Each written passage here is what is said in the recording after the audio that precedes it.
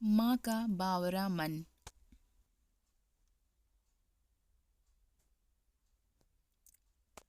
अब रविवार को दोपहर के समय भी यह नालायक फ़ोन नहीं उठा रहा है। इस तरह रूठ कर मुंह बनाकर उमा एक कुर्सी पर बैठ गई।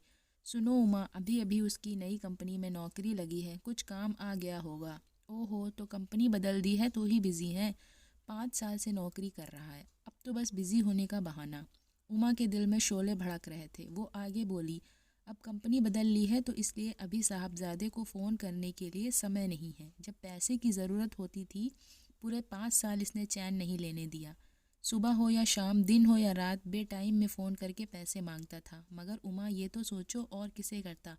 माता पिता तो हम ही हैं ना। तुम एक बात भूल रही हो, ईशान को निजी तकनीकी कॉलेज से पढ़ाई नहीं करनी थी। वो 1 साल और मेहनत करके सरकारी तकनीकी महाविद्यालय से पढ़ना चाहता था, मगर तुमने उसे उकसाया और ज़िद करके उसका दाखिला कराया।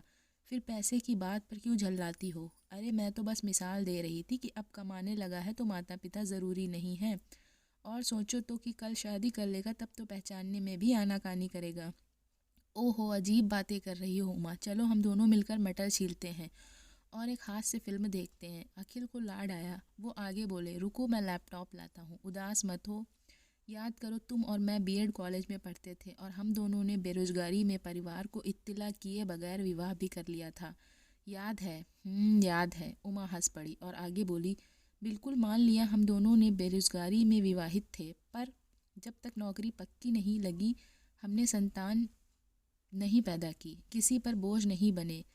यह भी याद है। और मैंने 30 साल निरंतर नौकरी भी की। अब मेरी और तुम्हारी साथ साथ सेवानिवृत्ति हुई है।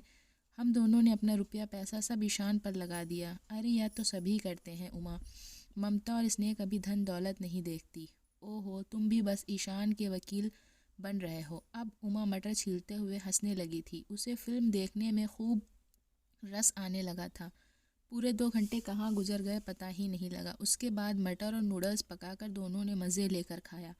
अब उमा एकदम सामान्य हो गई थी। तभी फ़ोन बजा। ईशान का फ़ोन था। उसने तसल्ली से बातें की। पता लगा कि ईशान की यूनिट के सीनियर की सगाई थी। उसी सिलसिले में पूरा स्टाफ से तैयारी कर रहा था और उनको एक सरप्राइज़ पार्टी दी जा रही थी। अच्छा अच्छा, उमा ने सब बातें आनंद से सुनी।